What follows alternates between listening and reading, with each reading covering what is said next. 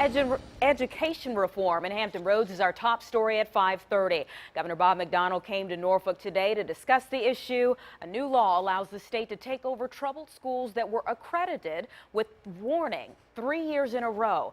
There are only 4 schools in all of Virginia on that list, and 2 are in Norfolk. 10 on your side's Ann McNamara joins us now. And not everyone is going along with the governor's plan. No, not everybody likes it, and that includes the Norfolk School Board. But these schools will not come as a surprise to you. The 2 schools are Lafayette, Winona, and Ruffner Middle Schools. Both are not accredited currently. The Norfolk School Board, though, thinks they can turn the schools around without the state's help. So the board voted to file a lawsuit saying this state takeover program is unconstitutional.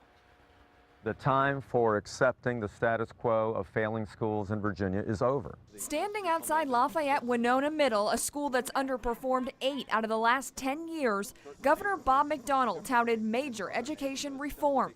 A new law allows the state to take over failing schools, creating a statewide district known as the Opportunity Educational Institution.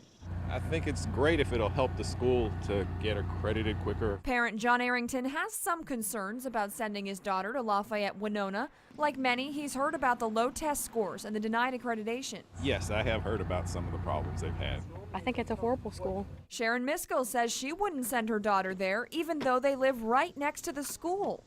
I don't want to send to public schools. I definitely want to do private schools because, Norfolk public schools are so terrible these days. That is the reputation Governor McDonnell wants to change. But the Norfolk School Board is fighting back. The board voted to sue the state last week for overstepping its authority. In a statement, the chairman wrote, "State takeover of our schools is not the answer, and it's the school board's contention that the Opportunity Educational Institution violates the Constitution of Virginia." I know the Norfolk school system has maintained that our legislation is unconstitutional, and I don't accept that for a minute. I think they're absolutely flat wrong.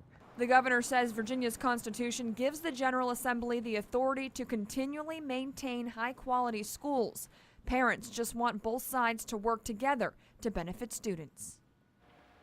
So if your student goes to those schools, what changes can you expect to see once the schools get taken over? Well, some may become charter schools, others may have teachers from programs like Teach for America. But the biggest change across the board will be at the management level. The state can take over a school for up to 5 years, but hopes to get them accredited much sooner than that.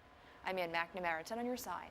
All right, thank you, Ann. More news involving the governor. The fund created to help pay his legal fees isn't generating much revenue. According to the Washington Post, only Virginia Beach lawyer and fund chairman Stanley Baldwin has donated. He gave $5,000. Baldwin told the paper the low dollar amount is because organizers haven't launched a big fundraising drive. The fees stem from McDonnell's defense as federal and state authorities look into his ties to a campaign donor.